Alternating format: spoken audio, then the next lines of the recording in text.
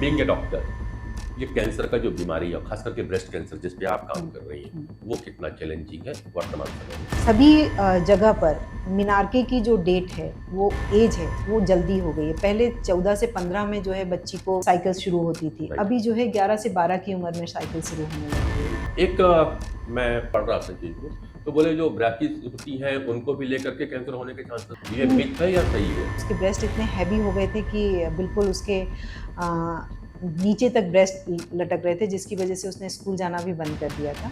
Examiner ने जाते जाते ये बोला कि तुम लड़कियां करोगी क्या सर्जरी में, अल्टीमेटली तो तुम्हें गायनी ही करना है, सर्जरी उठा के सीट क्यों खराब करी। मैंने उनको तुरंत जवाब दिया, मैंने बोला सर मैं आपको आज लिख के दे सकती हूँ कि I will never do gynae practice, I will only do the surgery practice. दोस्तों, आज अनायास ही ये कुछ चंद लाइनें दिमाग में आई, जहन में आई, तो हमने सोचा कि आपके साथ में शेयर करो। वो लाइनें थी कि वह इस बच्चे एक के बारे में किसी से कुछ नहीं कहती, बस देखती रह जाती है, कसमसा कर रह जाती है। देह पर घूमते उसके हाथ उसके मन से ज़्यादा मायूस है। विवश कर देती है उसकी देह पर उसके एक हट जाने से अब कुछ नहीं बचता, न जाने कितना कुछ हट गया है। औरत का स्तन महज आकर्षण का केंद्र नहीं, यह उसकी पहचान है। बच्चे को स्तनपान कराते ये खूबसूरत से परिपूर्ण हो जाते हैं, ये उसके औरत होने का प्रमाण देते हैं। अब आप पूछोगे कि ये बातें, ये लाइनें अचानक मैंने आपसे क्यों कही। कुछ दिन पहले आपने मेरा वीडियो जरूर देखा होगा। उस वीडियो में मैंने बात की थी कि लोकसभा में कैंसर के ऊपर, खास करके ब्रेस्ट कैंसर के ऊपर में एक मेंबर ऑफ पार्लियामेंट ने क्वेश्चन रेज किया था और चिंता जाहिर की थी कि किस कदर कैंसर तेजी से बढ़ रहा है। हर 8 में से 1 महिला कैंसर से मर रही है। तो अचानक ही कविताएं मेरे दिमाग में उपज गई। अब उसके लिए बात करने के लिए हमने सोचा कि कैंसर के ऊपर में विस्तृत जानकारी ली जाए, ब्रेस्ट कैंसर के बारे में जानकारी ली जाए। क्यों ना कहीं ये नारी के नारित्व का सवाल पैदा होता है। अब आप सोचिए कि अगर किसी के शरीर से एक हिस्सा कट के अलग हो जाए तो उसकी मनोदशा कैसी होती होगी।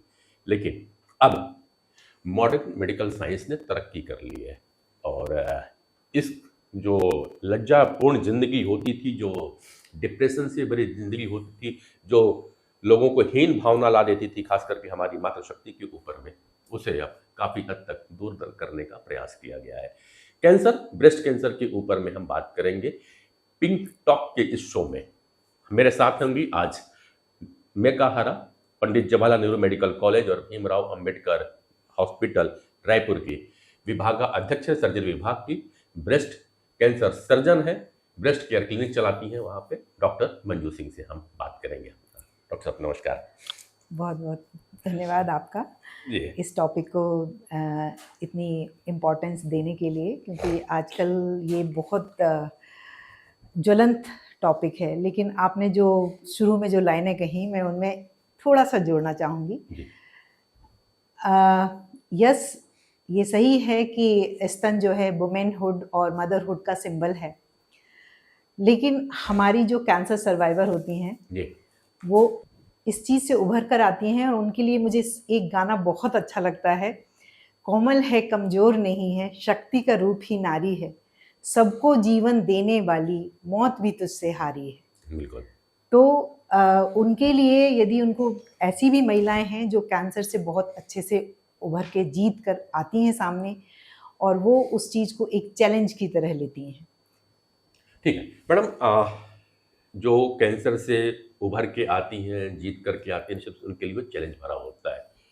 बीइंग ए डॉक्टर, ये कैंसर का जो बीमारी है, खास करके ब्रेस्ट कैंसर जिस पे आप काम कर रही हैं, वो कितना चैलेंजिंग है वर्तमान समय में? ब्रेस्ट कैंसर के इंसिडेंस दिनों दिन बढ़ते चले जा रहे हैं, और ये एक सभी कैंसर सर्जन और ब्रेस्ट कैंसर सर्जन के लिए एक चैलेंज तो है। चैलेंज आता है यदि पेशेंट हमारे पास दिखाने के लिए आ जाए और पूरा ट्रीटमेंट ले ले, तो हमारे लिए कोई चैलेंज नहीं है। हमारे लिए चैलेंज होता है उनको ट्रीटमेंट तक पहुंचाना, क्योंकि अभी भी महिलाओं में एक जो बात है, हेजिटेशन और इग्नोरेंस। महिलाओं की कहने को वो परिवार का स्तंभ होती हैं, लेकिन वो अपनी बातों को पूरे परिवार के बाद रखती हैं। अपनी बीमारी को पूरे परिवार के बाद रखती हैं। यदि उसको ये पता भी लग जाता है कि मेरे स्तन में कुछ असामान्यता है, आज तो मैं डॉक्टर के पास नहीं जा सकती, उनके बहुत छोटे छोटे से एक्सक्यूजेस होते हैं, बहुत छोटे छोटे से। आज मुझे बच्चे के स्कूल जाना था, पेरेंट्स टीचर मीटिंग थी, इसलिए मैं डॉक्टर के पास नहीं जा पाई। कल मुझे हस्बैंड के काम में बिजी थी, इसलिए मैं नहीं जा पाई। तो ये छोटे छोटे से एक्सक्यूजेस रहते हैं जिनकी वजह से वो अपने को इग्नोर करती हैं। इस वजह से ये हमारे लिए सबसे बड़ा चैलेंज है कि महिलाओं को अवेयर करना उनके हेल्थ के लिए, कि यदि वो हैं तो परिवार है, यदि वो ही नहीं रहेंगी तो परिवार तो वैसे ही बिखर जाएगा। तो उनको इस चीज को समझना जरूरी है कि वो अपनी स्वास्थ्य को प्रायोरिटी दें। यदि वो अपने स्वास्थ्य को प्रायोरिटी देंगी तो वो हमारे पास सही समय पर पहुंचेंगी, और सही समय पर पहुंचेंगी तो ये हमारे लिए कोई चैलेंज नहीं रह जाएगा। ठीक है। अब फैमिली की प्रायोरिटी की बात आती है। अभी तक तो हम अगर ये समझे कि महिलाएं आने में लेट करती, कई बार ये होता है कि उनको खुद को नहीं पता होता है कि उन्हें कोई परेशानी है या नहीं है। हाँ, क्योंकि शायद ब्रेस्ट को लेकर के हमारे समाज में अभी वो बातचीत का वो दायरा नहीं आ पाया है, संकुचन अभी भी कहीं ना कहीं है।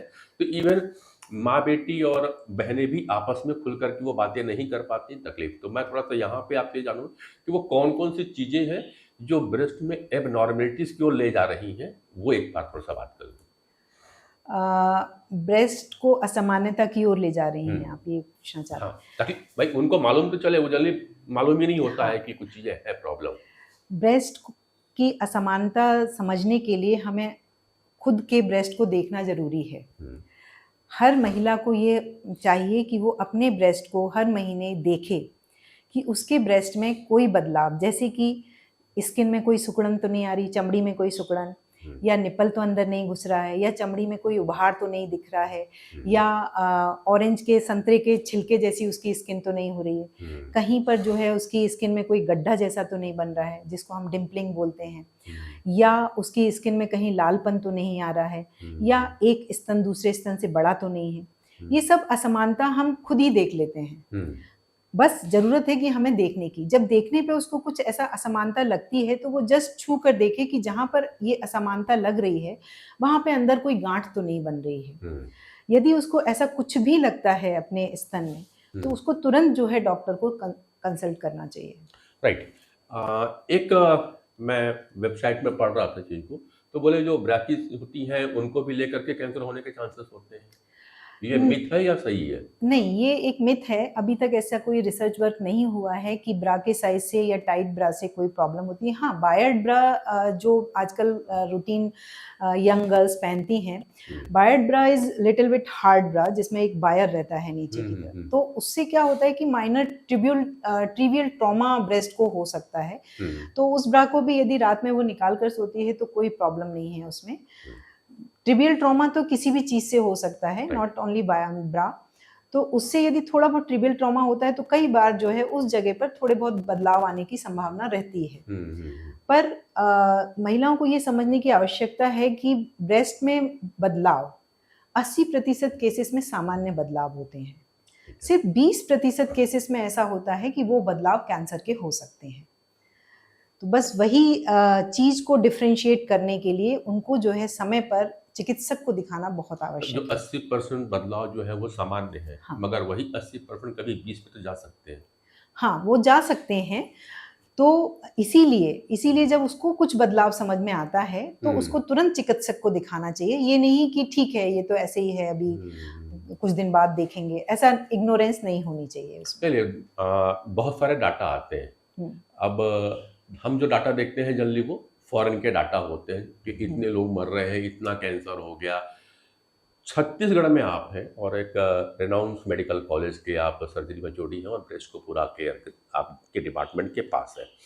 छत्तीसगढ़ में क्या सिनेरियो चल रहा है जी? छत्तीसगढ़ में भी कैंसर के केसेस तो बढ़े हैं और अभी हम देख रहे हैं कि यंग जनरेशन में, यंग एज में 35 से 40 की उम्र में ब्रेस्ट कैंसर काफ़ी देखने को मिल रहे हैं।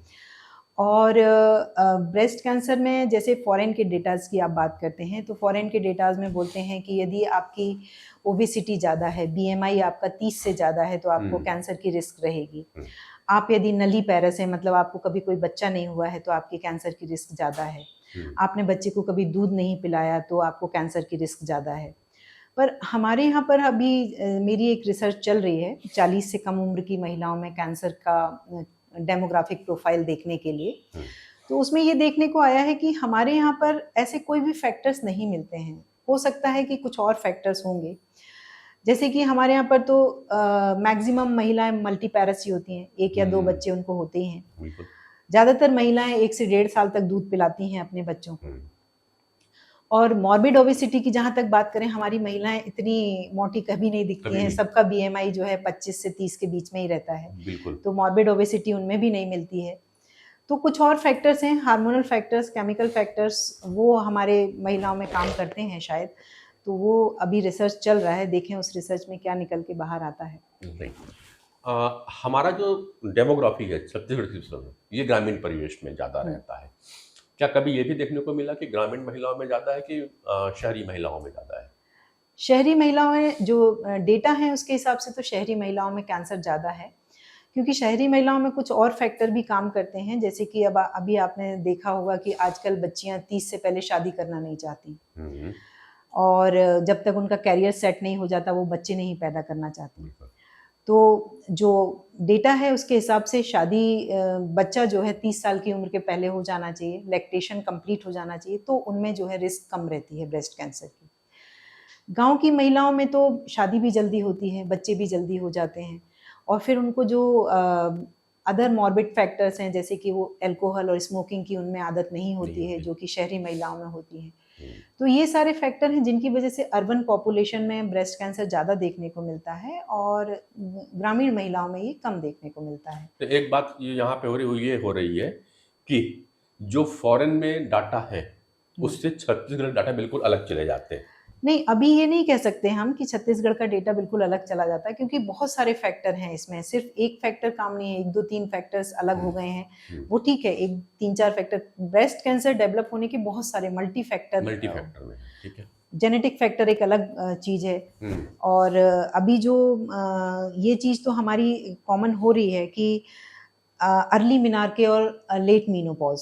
अभी हम जो भी खाने में ले रहे हैं, या जो हम वेजिटेबल्स खा रहे हैं, फ्रूट्स खा रहे हैं, या एनवायरमेंटल फैक्टर्स हैं, वो तो सब जगह एक जैसे काम कर रहे हैं। सभी जगह पर मिनार्के की जो डेट है, वो एज है, वो जल्दी हो गई है। पहले 14 से 15 में जो है बच्ची को साइकिल शुरू होती थी, अभी जो है 11 से 12 की उम्र में साइकिल शुरू होने लग गई है। मीनोपॉज पहले 45 के आसपास हो जाता था, 45 से 50 के बीच में, अब 50 से 55 के बीच में मीनोपॉज हो रहा है। तो इसका मतलब है कि कुछ और एनवायरमेंटल फैक्टर्स काम कर रहे हैं, जो कि सब जगह कॉमन है। कुछ फैक्टर ऐसे हैं जो हमारे वेस्टर्न लिटरेचर से डिफर करते हैं। ठीक है, चलिए, डॉक्टर मंजू सिंह से बात हो रही है हमारी। आप पंडित जवाहरलाल मेडिकल कॉलेज में सर्जरी विभाग की HOD है। कैंसर के ऊपर, ब्रेस्ट के ऊपर में भी और बात करेंगे। तो ब्रेस्ट कैंसर की बात हुई, जब ब्रेस्ट में मैडम देख रही हैं तो इसका मतलब है कि कुछ और भी बीमारियां होती होंगी, कुछ और भी एबनॉर्मेलिटीज आती होंगी, जिसे शायद नज़रअंदाज समाज में किया जाता है। पर उसके पहले थोड़ा सा फ्लैशबैक में चलना चाहिए। मैडम, ये जरूर जानने की इच्छा पड़ रही है कि जिस समय आप लोग MBBS करके निकलते थे, तो जनरली फीमेल की चॉइस होती थी, या तो गायनी ले लें या फिर वो पीडियाट्रिक की ओर चली जाती थी। आप सर्जरी पे आए। दरअसल MBBS के बाद हमारी इंटर्नशिप में सभी डिपार्टमेंट में ड्यूटी लगती है। इंटर्नशिप में मेरी सबसे पहली पोस्टिंग सर्जरी में हुई थी। अच्छा।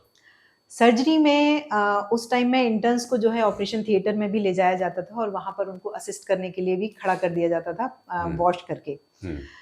तो मेरा जो फर्स्ट केस था वो मैंने अपेंडिक्स असिस्ट किया था।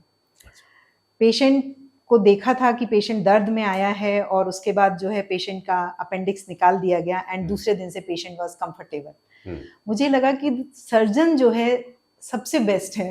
अच्छा। जिन्होंने जो है एक बीमारी को इतनी चुटकियों में ठीक कर दिया।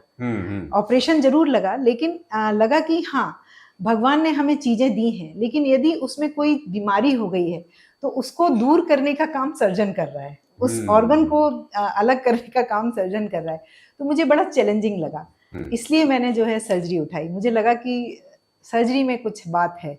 चलिए, सर्जरी का जब उठा रहे थे तो उस समय जल्दी मेल ज्यादा रहते होंगे। हाँ, तो कभी ऐसा नहीं लगा कि इतने सारे मेल के बीच में हम काम कर रहे हैं? नहीं, मुझे जो है हमेशा से थोड़े से चैलेंजिंग टास्क लेने में मज़ा आता है। मेरे बैच में भी जो है सिर्फ 2 लड़कियाँ थीं और बाकी सभी लड़के थे, एंड अच्छा। उसके पहले भी विभाग में कोई भी जो है फीमेल आरएसओ नहीं थी। हम्म। काम भी बहुत होता था, 40-40 मरीज़ एक-एक हाउस के अंदर में। हम्म। तो मैं जब हाउस थी, मैंने पूरे पेशेंट्स का बहुत अच्छे से केयर की, सारी फाइल्स मेंटेन, सब कुछ वो बहुत अच्छे से टास्क पूरा किया। तो जब हमारे यूनिट के हेड ने बोला कि तुमने लड़की होके बहुत अच्छा काम किया, मैं सोच नहीं सकता था कि एक फीमेल जो है सर्जरी में आके इतना अच्छा काम करेगी। तो उससे मुझे बहुत इंस्पिरेशन मिला कि I can do better in this field. और एक और जो बात है जो मेरे को बहुत चुभी थी एक तरह से, जी। यहाँ पर तो मुझे अप्रिशिएशन मिला फर्स्ट ईयर में, but when I passed the exam, first attempt में ही मेरा एग्ज़ाम क्लियर हुआ, बट एग्जामिनर ने जाते जाते ये बोला कि तुम लड़कियां करोगी क्या सर्जरी में, अल्टीमेटली तो तुम्हें गायनी ही करना है, सर्जरी उठा के सीट क्यों खराब करी। नहीं, बस मेरा इनडायरेक्टली क्वेश्चन वही था, मैं हाँ। डायरेक्टली नहीं पूछा हूँ आपको। तो मैंने उस दिन जो है सर को, इवन वो मेरे एक्सटर्नल एग्जामिनर थे और मेरा रिजल्ट कुछ भी हो सकता था, मैंने उनको तुरंत जवाब दिया। मैंने बोला सर, मैं आपको आज लिख के दे सकती हूँ कि I will never do gynae practice, I will only do the surgery practice.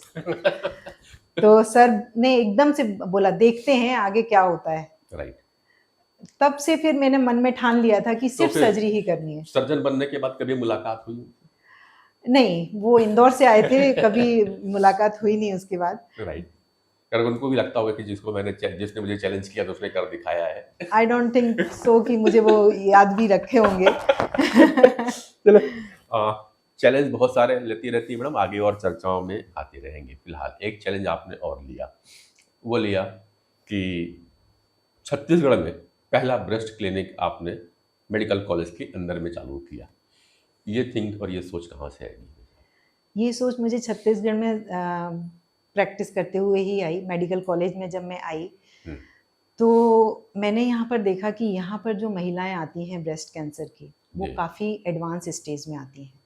और जब उनसे पूछा गया कि आप क्यों नहीं दिखाने आते, आप क्यों नहीं आते जल्दी से हॉस्पिटल में, तो उनका कहना था कि ब्रेस्ट के लिए हम मेल सर्जन को नहीं दिखा सकते। ब्रेस्ट जो है गायनी के पास जाते थे, गायनिक के पास, और गायनिक जो है उनको जब रेफर भी करते थे सर्जन के पास में, तो वो झिझकती थी कि हम जो है सर्जन को जाके कैसे दिखाएं, मेल सर्जन को। क्योंकि मैंने जब यहाँ पर ज्वाइन किया था तब हम 4-5 ही फीमेल सर्जन थी यहाँ पर। पर धीरे धीरे जो है स्टूडेंट्स भी फीमेल आना शुरू हुई। फिर मैंने सोचा कि यदि फीमेल हेजिटेट होती हैं इस वजह से कि उनको जो है कोई मेल ना देखे, तो मैंने सोचा कि जब मैं फीमेल हूँ और मेरे स्टूडेंट्स भी अब फीमेल आने लग गए हैं, तो क्यों ना हम एक ऐसी क्लिनिक स्टार्ट करें जहाँ पे सिर्फ फीमेल ही उनको देखें। तो एटलीस्ट हमारे पास पेशेंट जल्दी आएंगी तो कैंसर का इलाज संभव हो पाएगा। एडवांस स्टेज में तो हम इलाज कर भी नहीं पाते हैं, सिर्फ कीमोथेरेपी और रेडियोथेरेपी ही एक ऑप्शन रह जाता है, सर्जरी का कोई ऑप्शन नहीं रह जाता इसमें। ये सोचकर हमने 2017 में ब्रेस्ट क्लिनिक स्टार्ट की, जिसमें हमने थीम दिया women by the women. Female को सिर्फ हम फीमेल ही देखेंगे, ऑपरेशन थिएटर में भी सिर्फ फीमेल रहेंगी। बट हालांकि मेडिकल कॉलेज एक टीचिंग इंस्टीट्यूट है तो वो चीज़ मेंटेन नहीं हो पाती है, बट ओपीडी में हमारा ये रहता है कंसर्न कि वहाँ पर फीमेल ही उसको देखे पेशेंट को, और अभी तक वो मेंटेन्ड है कि फीमेल ही उनको देखती है। Right, women by the women. Right, बड़ा अच्छा कॉन्सेप्ट आपका रहा ही। कैंसर की जब बात करें कि अभी एक जो बातें आपने कही तो मुझे वहाँ से लाइन दिख रहा है कि जो फीमेल होती हैं, चाहे वो अर्बन की हो या फिर रूरल एरिया की हो, वो पेशेंट बीइंग ए पेशेंट अपने आसपास के डॉक्टर को दिखाती है, फिर वहाँ से वो रेफर होता है, डायरेक्ट कोई गायनी के पास जाता भी नहीं, गायनी के पास जाती है और गायनी अपने हिसाब से ट्रीटमेंट करके फिर आगे रेफर करती है। ये जो पीरियड होता है ये भी शायद एक सर्जन के पास जब आपके पास केस आए तो चैलेंजिंग होगा, तो इसको कैसे दूर कर पाएंगे? इसको दूर करने के लिए अवेयरनेस की ही आवश्यकता है, क्योंकि हर एक महिला को ये बताना जरूरी है कि इवन वो अपने ब्रेस्ट को दिखाएं, कोशिश करें कि वो जो है या तो ब्रेस्ट सर्जन के पास जाएं या फिर सर्जन के पास जाएं। यदि प्राइमा फेसी या प्रथम दृष्टया यदि सर्जन उसको देखता है तो वो उसको ज़्यादा अच्छे से समझ पाता है कि ये बिनाइन है कि कैंसर की गांठ लग रही है, तो वो उसके हिसाब से उसकी जांचें करवा पाता है अच्छे से। ठीक है। तो यदि प्रथम दृष्टया सर्जन के पास या ब्रेस्ट सर्जन के पास या कैंसर ही लग रहा है बिल्कुल, तो ऑन्को सर्जन के पास आए तो ज़्यादा बेहतर रहेगा, और ये अवेयरनेस महिलाओं में आना चाहिए। तो आप ये बताइए, आपने ये सारी चीज़ ली, ये आपका पैशन हुआ सर्जरी का, जो है आपने कहा कि चैलेंजिंग था, तो फिर ये टीचिंग लाइन में और प्रोफेसर बनने का ये हमारे टाइम में हाँ। मैंने जो है 1990 में मेडिकल ज्वाइन किया था, MBBS एडमिशन। हमारे टाइम में मेडिकल कॉलेज के teachers the butter of medical profession हुआ करते थे। देवर अवर आइडियल, कहते हैं ना मेंटोर होना, हाँ, mentor। तो वो हमारे आइडियल हुआ करते थे। उस टाइम से मन में था कि हमें भी मेडिकल टीचर बनना है। ओके। और आज भी मुझे लगता है कि मेडिकल टीचर्स एक बहुत बड़ा काम करते हैं, क्योंकि वो एक नई खेप तैयार करते हैं टीचर्स डॉक्टर्स की। तो वो यदि अच्छे बनेंगे तो सोसाइटी का फ़ायदा होगा, समाज का फ़ायदा होगा। तो इसलिए मेडिकल टीचर एक बहुत मुझे तो बहुत रेपुटेबल जॉब लगता है। और चैलेंजेस भी हालांकि आजकल डॉक्टर्स में थोड़ा सा वो कम हो गया है क्रेज मेडिकल टीचर्स बनने का, क्योंकि गवर्नमेंट मेडिकल कॉलेज में other than clinical works there are so many administrative work and वो सो गवर्नमेंट से रिलेटेड वर्क्स होते हैं, तो वो थोड़ा सा बाउंडेशन हो जाता है। एंड ऑफ कोर्स इनकम भी एक बहुत बड़ी बात होती है, जिस वजह से जो है आते इनकम नहीं। शायद ज़्यादा प्राथमिकता के तौर पे आ चुका है, उसको प्रायोरिटी ज़्यादा हो गई। बट जहाँ तक आपने कहा एडमिनिस्ट्रेशन, तो हम तो बाहर बाहर सुनते हैं लोगों के बाद में, जब आपके कलीग्स के साथ बैठते हैं तो कहते हैं कि डॉक्टर मंजू का एडमिनिस्ट्रेशन बहुत बढ़िया है, और काफ़ी लोग आपसे, वो कहते हैं ना सामान्य सी भाषा में, डर के चलते हैं। तो ये एक अच्छे एडमिनिस्ट्रेशन की पहचान है, अगर कोई बाहर आके कहे कि डॉक्टर मंजू से डर लगता है तो, और बहुत स्ट्रिक्ट भी हैं वैसे कई मामले में, हमने भी चीज़ों को भी सुनते आए हैं। पर खैर वापस आते हैं। डॉक्टर मंजू जी, ये जो ब्रेस्ट क्लिनिक आपने चालू किया, तो केवल ब्रेस्ट कैंसर के लिए तो नहीं होगा?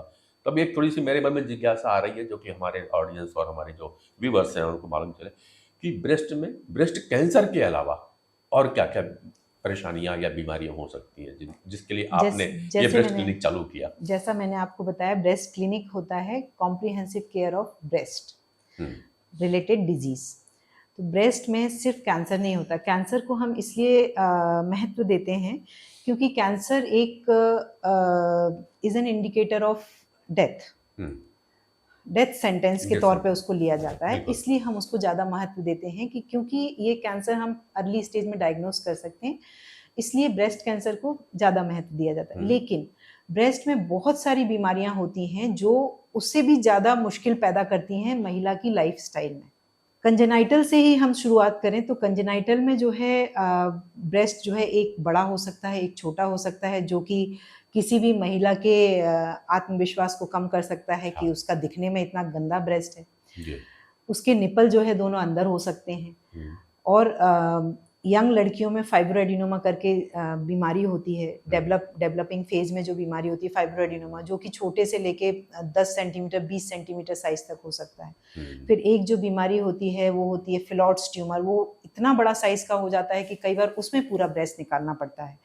एंड उसमें वो बीमारी ऐसी है कि वो जो है कैंसर नहीं है, कैंसर में बदल सकती है, पर इनिशियल स्टेज में वो कैंसर नहीं भी है तब भी वो दोबारा से आ सकती है बीमारी, फिलॉट्स ट्यूमर। फिर जो सबसे कॉमन प्रॉब्लम होती है वो होती है breast pain, mastalgia. Mastalgia is the commonest problem of women breast. तो उससे इतना परेशान रहती हैं महिलाएं कई बार, तो उसका भी सही तरीके से इलाज होना। फिर डेवलपिंग फेज की और बीमारियां जैसे फाइब्रोसिस्टिक डिजीज है या निपल डिस्चार्ज है। निपल डिस्चार्ज से कई महिलाएं इतनी परेशान होती हैं कि उनको जो है जब देखो तब उनके उसमें निपल डिस्चार्ज हो रहा है, कभी ग्रीन कलर का, कभी रेड कलर का, कभी। फिर और जो बीमारियां हैं जैसे कि inflammation of the breast, breast में एब्सेस बन जाती है, पस बन जाता है, और टीबी हो जाता है ब्रेस्ट का, ग्रेनुलोमेटस मेस्टाइटिस हो जाती है जो कि आजकल बहुत कॉमन हो गई है यंग फीमेल में। तो ये ऐसी बीमारियां हैं जो कैंसर से ज़्यादा उन्हें रुलाती हैं। ज़्यादा परेशान करती हैं। तो इन बीमारियों का भी सही तरीके से इलाज हो, सही तरीके से डायग्नोसिस हो, उसके लिए भी पेशेंट हमारे पास आए, इसलिए ब्रेस्ट क्लिनिक को पूरा कॉम्प्रिहेंसिव ब्रेस्ट डिजीज के लिए शुरू किया गया। कॉम्प्रिहेंसिव ब्रेस्ट केयर क्लिनिक मिला के, तो एक महत्वपूर्ण अंग होता है, वो उसी को समझते हैं जिन्होंने मातृत्व को जाना है।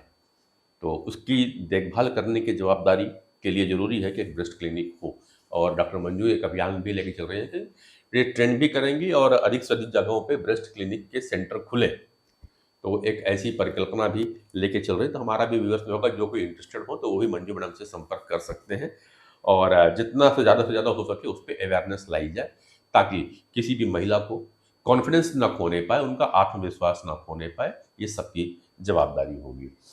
डॉक्टर मंजू जी, एक हमने आपका आर्टिकल देखा था और आपके आ रहे कुछ फोटोज भी की थी कि आपने एक हैवी ब्रेस्ट बच्ची का के थे, उसको आपने ऑपरेट किया था, और उसकी एज लगभग उस समय आपने कोट किया था लगभग 12 वर्ष की थी। ये थोड़ा सा इंसिडेंस हुआ होगा आपके सामने। ब्रेस्ट हाइपरट्रॉफी और जाइजेंटोमेस्टिया आजकल कुछ ज़्यादा कॉमन देखने को मिल रहा है, शायद हार्मोनल इम्बैलेंस के कारण। उस बच्ची के भी ब्रेस्ट उसको जो है मेंस्ट्रुअल साइकिल भी शुरू नहीं हुई थी, बट बिल्कुल उसके नीचे तक ब्रेस्ट लटक रहे थे, जिसकी वजह से उसने स्कूल जाना भी बंद कर दिया था। उसका हमने हार्मोनल ट्रीटमेंट कंप्लीट करके फिर उसके ब्रेस्ट की सर्जरी की थी, उसके नॉर्मल साइज़ के ब्रेस्ट बनाए थे। ये बीमारी अभी यंग गर्ल में बहुत ज़्यादा देखने को मिल रही है। यूजुअली जब हार्मोनल सर्ज होता है, जैसे प्यूबर्टी के टाइम में, प्रेगनेंसी के टाइम में और लैक्टेशन के टाइम में, ये 3 टाइम होते हैं महिला की ज़िंदगी में जब उसको जो है हार्मोन का लेवल शरीर में बढ़ता है एकदम से।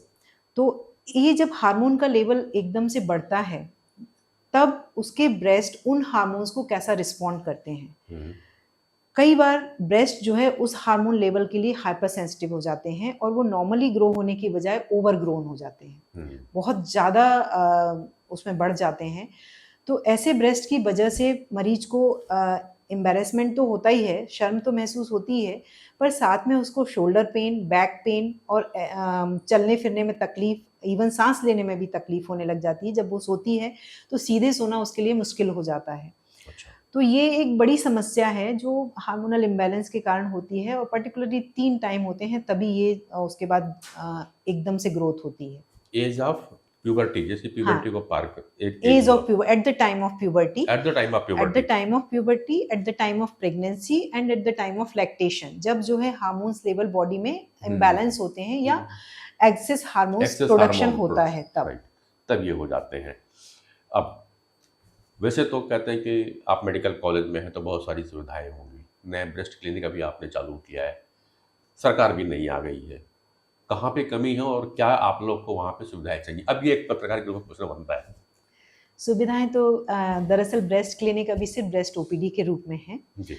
बाकी ये है कि हमारा डिपार्टमेंट से कोलैबोरेशन रहता है, लाइक रेडियो डिपार्टमेंट से है तो हम वहाँ पे मैमोग्राफी और सोनोग्राफी कराते हैं पेशेंट की। फिर रीजनल कैंसर सेंटर अटैच्ड ही है तो कीमोथेरेपी, रेडियोथेरेपी वहाँ हो जाती है और सर्जरी हमारे डिपार्टमेंट में होती है। तो ये तो क्योंकि एक इंस्टीट्यूट है तो हम इंटर डिपार्टमेंटल कोलैबोरेशन से ये चीज़ हो जाती है। लेकिन फिर भी अभी जो है ब्रेस्ट के उसमें बहुत सारे इनोवेशंस हुए हैं, डेवलपमेंट हुए हैं, वो सारी चीज़ें अभी हमारे पास नहीं है। हम अभी बेसिक रूप में ही ब्रेस्ट का ट्रीटमेंट कर पाते हैं। जैसे कि डिजिटल मैमोग्राफी आ गई है जिसमें हम यंग एज में भी मैमोग्राफी कर सकते हैं। अभी मैमोग्राफी का ये कंसेप्ट है कि 35 के बाद मैमोग्राफी करना चाहिए, तब उसमें कोई लीजन अच्छे से आइडेंटिफाई होता है। लेकिन डिजिटल मैमोग्राफी से हम यंग एज में भी मैमोग्राफी कर सकते हैं। एक तो वो चीज़ है, और दूसरा जो है वैक्यूम बायोप्सी हमारे पास नहीं है। वैक्यूम बायोप्सी से क्या होता है कि हम छोटे से लीजन से भी बहुत अच्छा बायोप्सी टिश्यू ले सकते हैं। एंड रेडियोथेरेपी और कीमोथेरेपी, रेडियोथेरेपी तो हमारे पास अच्छा है, बट जो इंट्रा ऑपरेटिव रेडियोथेरेपी आजकल जो कंसेप्ट आया है कि होल ब्रेस्ट रेडिएशन की जगह यदि आप सिर्फ ड्यूरिंग ऑपरेशन इंट्रा ऑप उसी जगह पर, जैसे हम ब्रेस्ट कंजर्वेटिव सर्जरी कर रहे हैं जिसमें हम ब्रेस्ट बचा रहे हैं और सिर्फ कैंसर निकाल रहे हैं, तो वो इंट्रा ऑप रेडियोथेरेपी उस जगह पर दी जाती है, तो फिर से कैंसर होने की संभावना खत्म हो जाती है और पूरे ब्रेस्ट को रेडिएशन भी नहीं देना पड़ता, जिससे रेडिएशन से रिलेटेड जो कॉम्प्लिकेशंस होते हैं पेशेंट को वो उनसे बच जाती है। तो वो सारी फैसिलिटीज़ अभी हमारे पास नहीं है। तो अभी हम जो देते हैं वो होल ब्रेस्ट रेडिएशन ही देते हैं। अभी हम टारगेटेड और इंट्रा ऑपरेटिव या ब्रेकीथेरेपी वो सब अभी हम नहीं देते हैं। तो चलता है। दो बातें रही, एक ये बात हुई आपके मेडिकल कॉलेज की, पर आपने भी चर्चा के दौरान बात कही कि अवेयरनेस की बहुत ज़्यादा ज़रूरत है। अवेयरनेस के पार्ट में गवर्नमेंट को क्या सहयोग चाहिए, कहाँ पे गवर्नमेंट थोड़ा सा कमज़ोर पड़ रही है जहाँ पे उसको इम्प्रूव करने की आवश्यकता है, आप बीइंग ए डॉक्टर और जो आप कहते हैं ना, prevention is always better than cure. हम क्योर पे तो हमारा maximum 90% fund, in fact you can say 95% fund हम क्योर पे देते हैं। प्रिवेंशन पे हमारा 5% फंड होता है। प्रिवेंशन क्या है? That is screening and awareness के लिए हमें जो है जगह जगह जाके PHC CHC लेवल पे सभी जगह जाके अवेयरनेस कैंप्स लगाने चाहिए कि हाँ, इस तरह से महिलाओं को कहाँ दिखाना है, कैसे दिखाना है, क्या क्या ट्रीटमेंट हमारे पास अवेलेबल है ब्रेस्ट कैंसर के, वो सब की जानकारी और हर ट्रीटमेंट का मतलब साइड इफेक्ट्स, कॉम्प्लिकेशन वो पेशेंट को पता होना चाहिए, ताकि वो अपना माइंड मेकअप बनाए कि हाँ भाई, इसका इतना ट्रीटमेंट होता है, इतने ड्यूरेशन का ट्रीटमेंट होता है, ये मुझे कराना है। Awareness part. सेकेंड पार्ट होता है स्क्रीनिंग पार्ट। स्क्रीनिंग पार्ट में जैसे US और UK में आप देखेंगे तो वहाँ पे स्क्रीनिंग गवर्नमेंट का प्रोटोकॉल है। After the age of 40 every women should be screen for the breast cancer and cervical cancer. हमारे यहाँ पर ऐसा कोई स्क्रीनिंग प्रोटोकॉल नहीं है। स्क्रीनिंग प्रोटोकॉल में हर एक महिला को 40 की उम्र के बाद मैमोग्राफी एनुअली कराना होता है।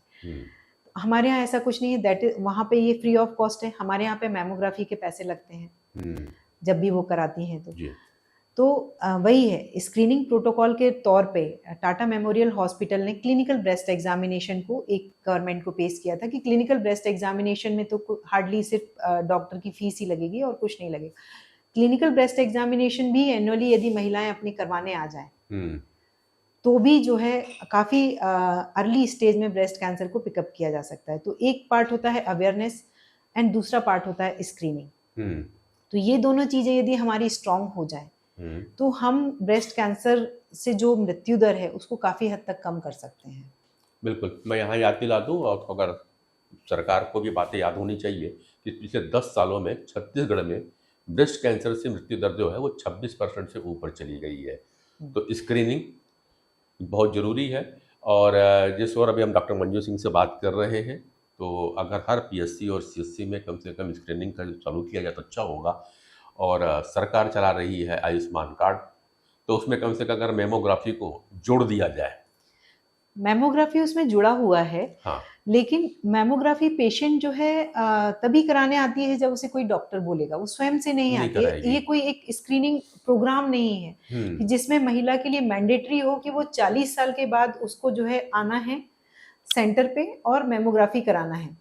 UK US में क्या होता है कि जैसे ही क्योंकि वो सारा इंश्योरेंस कवरेज में रहता है, तो देन जिस हॉस्पिटल या जिस एरिया, जिस प्रीमाइसेस के हॉस्पिटल में उनका रजिस्ट्रेशन है, वहाँ से उनको फोन जाता है कि now you are scheduled for your mammography. मैं उसी बात को यहाँ पे सरकार के पास पहुँचाने की कोशिश कर रहा हूँ आपके बिहाफ में, कि अगर ये प्रोटोकॉल अगर वेस्टर्न कंट्रीज में बने हुए हैं कि आफ्टर द एज ऑफ 40 उन्हें एक कंपलसरी मेमोग्राफी करानी है, तो वो हम रायपुर छत्तीसगढ़ में हमारी गवर्नमेंट क्यों नहीं कर सकती? डाटा उनके पास होते हैं, वो हर 40 साल के ऊपर की महिलाओं को बाकायदा एक फ़ोन करे या आंगनबाड़ी कार्यकर्ता या मितानिन के माध्यम से चिकित्सक तक लेके आए, डॉक्टर के पास लेकर के आए और उनका मेमोग्राफी किया जाए डॉक्टर की सलाह से, और वो उनको फ्री में अगर होगा तो हम शायद बहुत सारे जो मृत्यु दर हैं मातृशक्तियों की, जो कि 26% से ऊपर हो रही है, उसे कंट्रोल कर सकते हैं। मैं ये बातें आपकी तरफ से सरकार के पास पहुंचाने की कोशिश कर रहा हूँ। तो आज हम कैंसर ही नहीं, बहुत सारी बातें कर रहे थे कि ब्रेस्ट के ऊपर, ब्रेस्ट की समस्याओं से जुड़े हुए। चलते चलते एक अंतिम प्रश्न करूँगा। इस समय जो समय चल रहा है वो अपने आप को दिखाने का समय चलता है और प्लास्टिक सर्जरी का जोर चल रहा है, और जैसे जैसे वीमेन एम्पावर्ड होती चली जा रही हैं और ग्लैमरस कॉर्पोरेट में काम कर रही है, हर किसी को ग्लैमरस बनने का शौक है, उसमें ब्रेस्ट कंस्ट्रक्टिव सर्जरी का बहुत ज़्यादा उपयोग हो चुका है। ब्रेस्ट केयर क्लिनिक के रूप में क्या आपके यहाँ भी इस तरह की सर्जरी परफॉर्म होती है, आप करती हैं, खास करके ब्रेस्ट रिडक्शन सर्जरी है या इम्प्लांट की जो है? ब्रेस्ट रिडक्शन सर्जरी हम कर रहे हैं हाँ। और शायद हम प्रथम हैं जो ब्रेस्ट ऑन्कोप्लास्टी सर्जरी का कंसेप्ट यहाँ पर लाए, अच्छा। जिसमें ब्रेस्ट कैंसर में सिर्फ ब्रेस्ट कैंसर को निकालते नहीं हैं हम, हम्म, बल्कि ब्रेस्ट को हम रीशेप नॉर्मल जैसा करने की कोशिश करते हैं। ब्रेस्ट ऑन्कोप्लास्टी सर्जरी बोलते हैं उसको। सिर्फ ब्रेस्ट कंजर्वेटिव सर्जरी का कंसेप्ट अब नहीं है, अब ब्रेस्ट ऑन्कोप्लास्टी सर्जरी का कंसेप्ट है। मतलब थोड़ा सा यहाँ पे इसको मतलब अपन एलॉबरेट करते हैं। हाँ, जो ब्रेस्ट कंजर्वेटिव सर्जरी है उस पे ब्रेस्ट को रिमूव न करके हम जहाँ पे गांठ होता है निकाल के छोड़ देते हैं, उस पे ब्रेस्ट के हो सकता है शेप खराब हो या कुछ वहाँ पे कुछ मार्क्स वगैरह रह जाते हैं जो दिखने में अच्छे नहीं लगते। और जो अभी आप आंकोप्लास्टी सर्जरी बोल रहे थे उसमें क्या करते हैं? ये एक कंसेप्ट है जिसमें हम ऑन्कोलॉजिकल सेफ्टी रखते हुए ब्रेस्ट की प्लास्टिक सर्जरी करते हैं। मतलब हम कैंसर भी निकाल रहे हैं, ब्रेस्ट की प्लास्टिक सर्जरी भी कर रहे हैं, ताकि वो जो अपोजिट ब्रेस्ट है उसके जैसा दिखे। उससे थोड़ा बहुत छोटा हो सकता है, लेकिन आसपास के स्किन और आसपास के फ्लैप को लेके हम उस डिफेक्ट को ख़त्म करते हैं ताकि ब्रेस्ट की शेप बनी रहे। राइट। तो ये है ऑन्कोलॉजिकल सेफ्टी के साथ में ब्रेस्ट की plastic surgery, that means breast oncoplastic surgery, वो हम कर रहे हैं। और हम पहले जो कंसेप्ट था वो था ब्रेस्ट कंजर्वेटिव सर्जरी, मतलब कि उसमें ट्यूमर तो निकाल रहे थे लेकिन शेप का कोई ध्यान नहीं रख रहे थे। शेप छोटी हो जाए कोई बात नहीं, ट्यूमर तो निकल गया, लेकिन उस शेप को महिला को देखने में इतना बुरा लगता था कि मेरा ब्रेस्ट इतना सुकड़ गया। उसकी साइकोसोशल लाइफ अफेक्ट होती थी, इवन उसकी सेक्सुअल लाइफ अफेक्ट होती थी। तो उस चीज को दूर करने के लिए और महिला का कॉन्फिडेंस बना रहे कि हाँ उसकी सर्जरी तो हुई है, उसको कैंसर भी हुआ था, लेकिन आज भी उसका ब्रेस्ट मेंटेन्ड है और ब्रेस्ट अच्छी हालत में है, तो उसके लिए ब्रेस्ट ऑन्कोप्लास्टी का कंसेप्ट आया। मैंने इसको MCH ब्रेस्ट ऑन्कोप्लास्टी किया 2019 में। मैंने इसी उसके लिए कि फीमेल को जो ये प्रॉब्लम होती है उसको देखते हुए मैंने इस उम्र में भी MCH किया। और अब जो है मैंने आते ही उन महिलाओं को सभी को ब्रेस्ट ऑन्कोप्लास्टी सर्जरी का बेनिफिट देना शुरू किया। रिडक्शन मेमोप्लास्टी जैसे आपने हाइपरट्रॉफी के लिए पूछा था, वो हम रेगुलरली कर रहे हैं। और ये इम्प्लांट रिकंस्ट्रक्शन हम इसलिए नहीं कर रहे हैं क्योंकि इम्प्लांट जो है आयुष्मान में कवर्ड नहीं है, आयुष्मान में कवर्ड और एक इम्प्लांट की कॉस्ट होती है 30 से 40 हज़ार। अच्छा। तो वो हम नहीं कर पा रहे हैं क्योंकि एक बार एक पेशेंट, एक यंग लड़की जिसका मैंने उसको सीवियर हाइपरट्रॉफी थी, बहुत ज़्यादा 18 साल की लड़की थी, सीवियर हाइपरट्रॉफी, एंड उसका स्किन भी खराब हो गया था, ब्रेस्ट का निप्पल एरियोला भी खराब हो गया था। तो ऐसे में उसके स्तन बचा पाना संभव नहीं था। स्तन की एक शेप दी थी ब्रेस्ट की स्किन, बची हुई स्किन, और उससे मैंने उसके लिए बहुत कोशिश की थी कि इसका इम्प्लांट रिकंस्ट्रक्शन में कर सकूं किसी तरह से। NGO से भी बात की, सबसे बात की, बट कोई भी उसकी उस कॉस्ट को अफोर्ड करने लायक, मतलब किसी ने उसमें मदद नहीं कर पाई। तो फिर हॉस्पिटल सुपरिटेंडेंट से भी बात हुई थी कि कहीं से प्रोवाइड करवा दो तो इस बच्ची का भविष्य अच्छा हो जाएगा। 18 साल की उम्र में इसके पूरे ब्रेस्ट निकल रहे। एंड ऐसा नहीं कि मैं जो है हर एक पेशेंट का, ऐसा कोई भी सीरियस पेशेंट आता है तो हमारी एक MDT है, एशियन सोसाइटी ऑफ मेस्टोलॉजी सोसाइटी है, ये एक एसोसिएशन है सारे एशियन ब्रेस्ट सर्जन का। उसकी एक MDT है, मतलब मल्टी डिसिप्लिनरी टीम। तो जब भी कोई ऐसा क्रूशियल केस आता है तो we discuss with that multi disciplinary team, then the team decides कि इसका क्या करना चाहिए, आइडियल इसके लिए क्या होना चाहिए। सभी ने बोला कि इसका इम्प्लांट रिकंस्ट्रक्शन होना चाहिए, बट अनफॉर्चुनेटली इम्प्लांट हमें उपलब्ध नहीं हो पाए। तो फिर देन आई डिसाइडेड कि जो ब्रेस्ट की स्किन एक्स्ट्रा है उसी एक्स्ट्रा स्किन से इसके ब्रेस्ट का माउंट बना दिया जाए।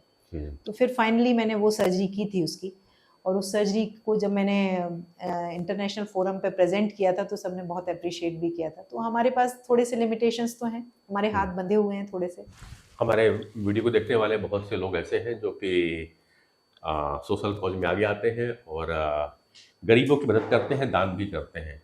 तो मैं सहारा में अगर ऐसे केसेस आते हैं तो मैं आप लोग से निवेदन करूंगा कि आप इसमें भी आगे बढ़ें, क्योंकि किसी न किसी की पूरी ज़िंदगी के आत्मविश्वास का सवाल होता है। तो उसके लिए भी आप आगे आएँ। In the behalf of doctor से और ब्रेस्ट क्लिनिक की ओर से मैं आप सभी से गुजारिश करूँगा। तो चलिए, मेडिकल कॉलेज में तो हम फ्री ऑफ कॉस्ट ये सर्जरी कर रहे हैं। मेडिकल कॉलेज में फ्री ऑफ कॉस्ट होती हैं। इम्प्लांट वगैरह किसी को होता है तो उस कंडीशन पे वो आपको परचेस रहती होंगी। हाँ, इम्प्लांट किसी चीज़ में कवर नहीं है किसी चीज़ एक्चुअली, में कवर नहीं आयुष्मान है। में नहीं है। कॉस्मेटिक सर्जरी बहुत कम आयुष्मान के उसमें है, जल्दी है नहीं, है नहीं, आयुष्मान कॉस्मेटिक में सर्जरी है है नहीं नहीं। इसलिए। तो एक बार गवर्नमेंट को सोचना चाहिए, हर कॉस्मेटिक पे नहीं आता, कहीं न कहीं पे ये किसी के आत्मविश्वास से जुड़ी हुई चीज़ है तो उनको शामिल कर सके तो बेहतर होगा। फिलहाल आप सबको हम गुजारिश करेंगे, हर बार तो हम आपसे रिक्वेस्ट करते हैं कि अगर आपको कार्यक्रम पसंद आया हो तो आप लाइक करें। मैं कोई आज ना लाइक ना कमेंट्स कुछ करूँगा, बस इतना ज़रूर कहूँगा कि अगर आपको ये कार्यक्रम पसंद आ रहा होगा, आप जितने भी देखें तो इसे आप फॉरवर्ड करें, क्योंकि ये कार्यक्रम विशेष तौर पे जागरूकता की बात कर रहा है। और आपके कुछ क्वेरीज हैं तो आप हमें लिख भेजिएगा, हम डॉक्टर मंजू सिंह से और बात करेंगे।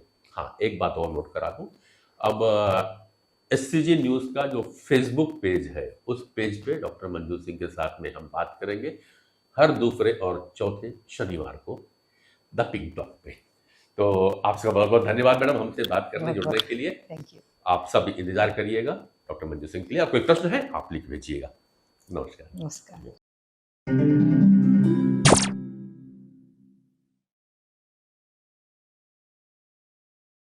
कंस्ट्रक्शन होना चाहिए, बट अनफॉर्चुनेटली इम्प्लांट हमें उपलब्ध नहीं हो पाए, तो फिर देन आई डिसाइडेड कि जो ब्रेस्ट की स्किन एक्स्ट्रा है उसी एक्स्ट्रा स्किन से इसके ब्रेस्ट का माउंट बना दिया जाए।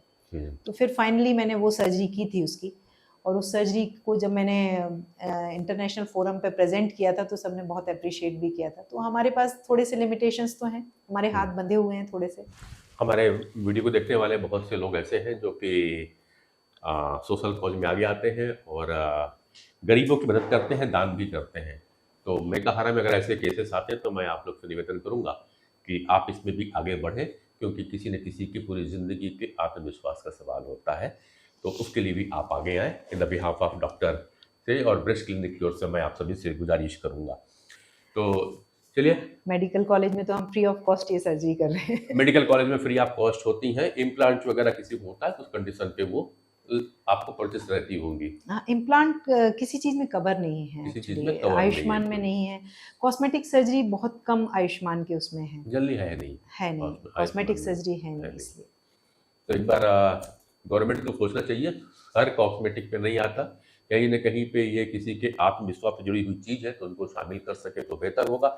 फिलहाल आप सबको हम गुजारिश करेंगे, हर बार तो हम आपसे रिक्वेस्ट करते हैं कि अगर आपको कार्यक्रम पसंद आया हो तो आप लाइक करें। मैं कोई आज ना लाइक ना कमेंट्स कुछ करूँगा, बस इतना ज़रूर कहूँगा कि अगर आपको ये कार्यक्रम पसंद आ रहा होगा, आप जितने भी देखें तो इसे आप फॉरवर्ड करें, क्योंकि ये कार्यक्रम विशेष तौर पे जागरूकता की बात कर रहा है। और आपके कुछ क्वेरीज हैं तो आप हमें लिख भेजिएगा, हम डॉक्टर मंजू सिंह से और बात करेंगे।